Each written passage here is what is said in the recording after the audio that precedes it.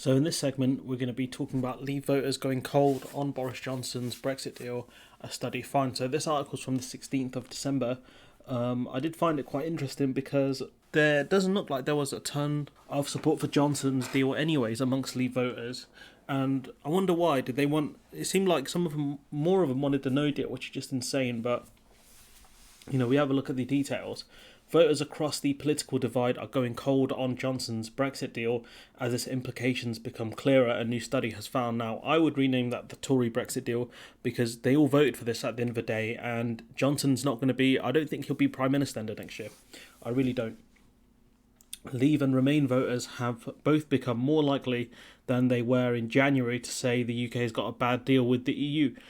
Let's not forget here, we're out of the... Well, GB is out of the EU single market and customs union, so we're treated as a third country, like Canada or Japan. The study by the National Centre of Social Research, NatCen, found that just 12% of people believed Britain got a good deal in August. Now, the question is, do they believe we got a good deal because they genuinely believe Johnson's bluster, or do they think we've got a good deal in compared to having a no deal? That's kind of the question. A decline from 21%, he took the same view in January, so he barely had a fifth of the country in support of the deal. I guarantee a lot of those people probably said, some people definitely said don't know, but only a fifth of people supported the Johnson deal, which is kind of crazy to be fair. Opinion has hardened amongst Remain voters, shock from 66% who now say a bad deal was produced compared to 53% in 2021. That's probably because Johnson did lie a lot about the deal and the implications of it. No non-tariff barriers, even though there are a lot of non-tariff barriers.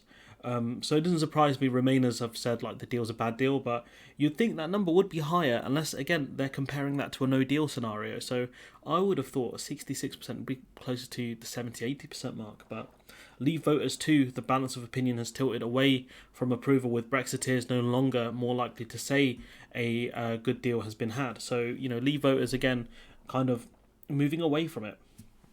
In January, 35% thought Johnson had got a good deal compared to 22% thinking it was a bad one. Now 36% say it's a bad deal against the 22% who say it is good. So not doing great. I think there would be a lot of don't knows in there. But 35% said Johnson had got a good deal compared to 22% thinking it was a bad one. So clearly that opinion is shifting to Johnson getting a bad deal despite him saying how great it was.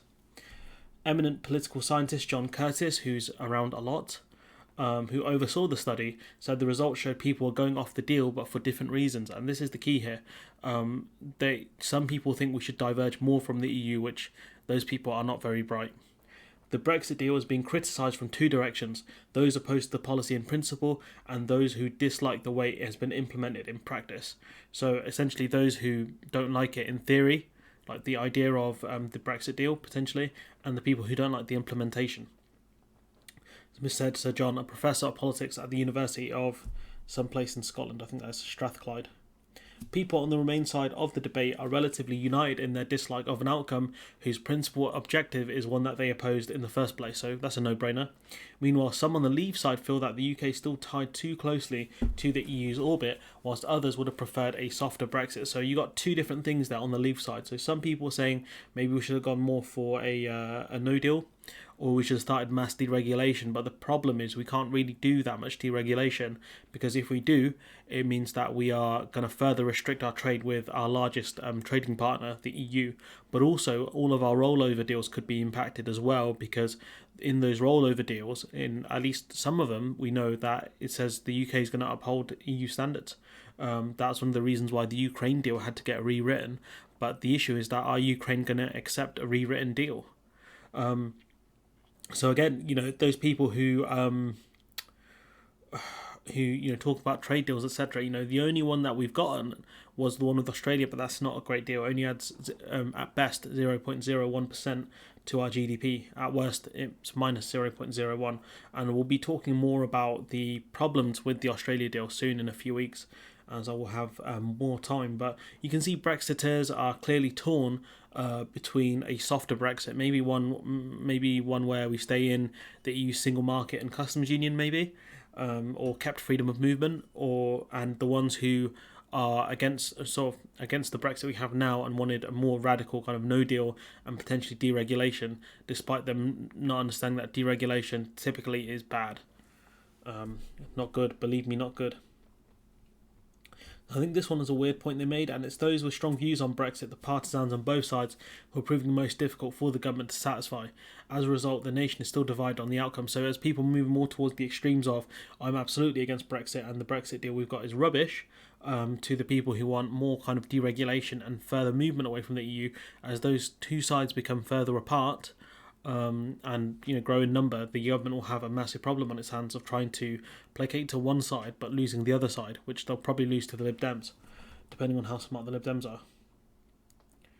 Ooh, hello. Didn't see this article. We'll cover that at a later date. So going back to the one at hand. It comes after a series of problems blamed on the deal, from issues for British fish exporters to shortages of lorry drivers and crops rotting in the field. So let's tackle that one. The problems that British fish exporters face is that we're a third country now, and that means all the fish that gets exported, because it's classed as an agri-food, would get checked.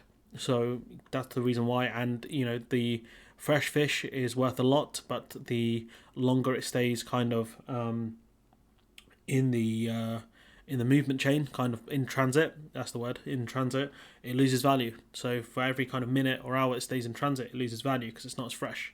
Obviously, chilled and frozen fish don't really lose their value, but they are worth a lot less than frozen fish.